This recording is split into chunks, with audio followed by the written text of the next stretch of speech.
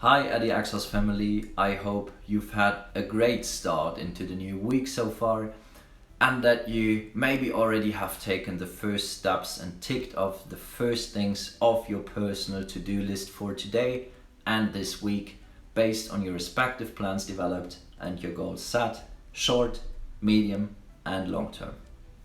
And with that being said, welcome to today's 5-minute mindset session where we are going to deal with motivational psychology. More specifically, we are going to talk about the components behind our motivation, components that dictate how motivated we eventually are facing a specific task. So the questions are, how does the value we see in a task or in mastering a task actually affect our motivation? How does the fact that we perceive a goal to be achievable more or less likely affect our motivation? And how do our individual traits and our personality contribute and fit into the equation? But before digging deeper there, we will directly jump into our breathing part that is supposed to give you a short rest from your daily life so that you can calm down and focus on the next couple of minutes of today's mindset session here. The breathing pattern for today is going to be a repeat. We have done it in 2 of our previous mindset sessions. If you remember, we have done box breathing before twice. Once with a 4, once with a 5 seconds flow. The next stage would obviously be 6 seconds, but as it has been some time ago since we did box breathing, we are going to repeat the pattern of last time. So what we are going to do is 5 seconds in, 5 seconds hold, 5 seconds out, 5 seconds hold. We try to breathe through our nose the entire time, deep into our belly that is inflating and deflating like a balloon, and we will do this for the next approximately 90 seconds. Close your eyes if you want to, as always, and then breathe. 5 in, 5 hold, 5 out, 5 hold, 5 in, 5 hold, and so on.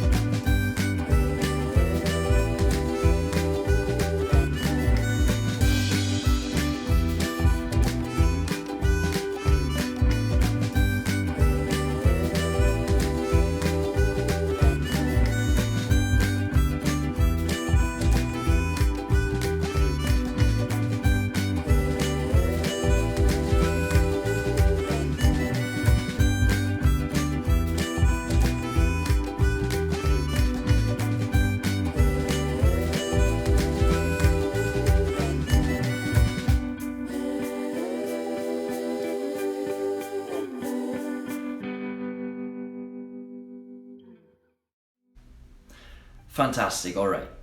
Our main goal for today is to build some awareness around the topic I have introduced at the beginning of this video, motivational psychology, and the components that eventually make us feel more or less motivated facing a specific challenge, a certain challenge. Let's start off here.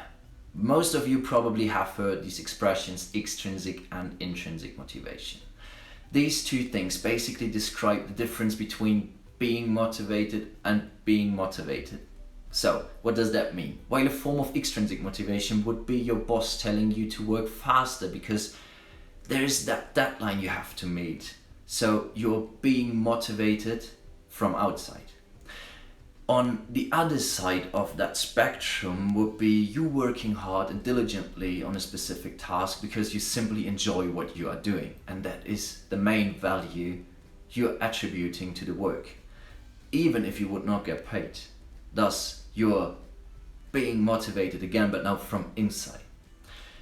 Now, at this point, I would like to highlight a few aspects already. This extrinsic, intrinsic model is not like one is good, one is bad. And also it is not one thing or the other. There are many steps, many sections between. For instance, a motivation that is not purely extrinsic but rather extrinsic. Always depending on the situation, on what exactly is driving you. And having said it is a spectrum, this means it is a continuum we can move along and grow and develop ourselves. Sometimes it is absolutely fine to be extrinsically motivated to get started. It is better than being unmotivated, right?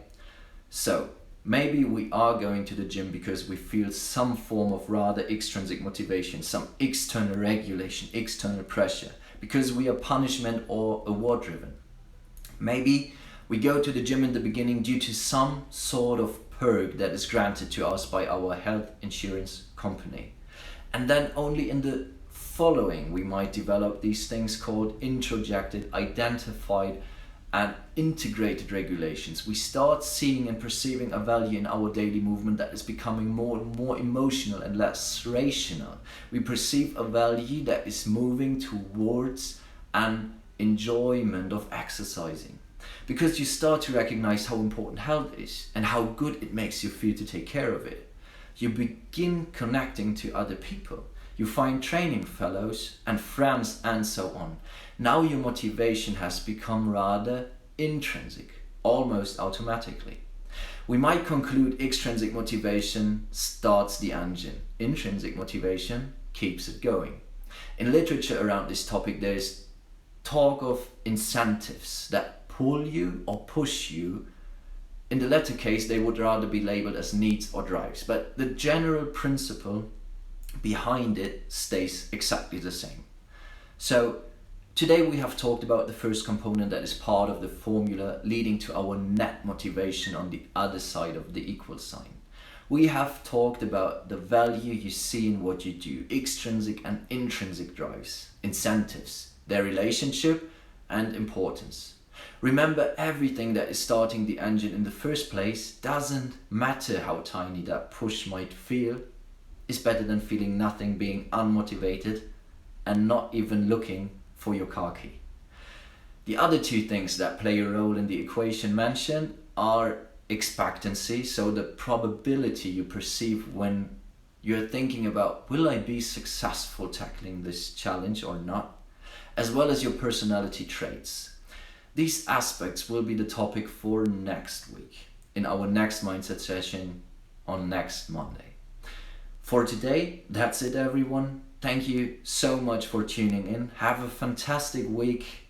Cheers.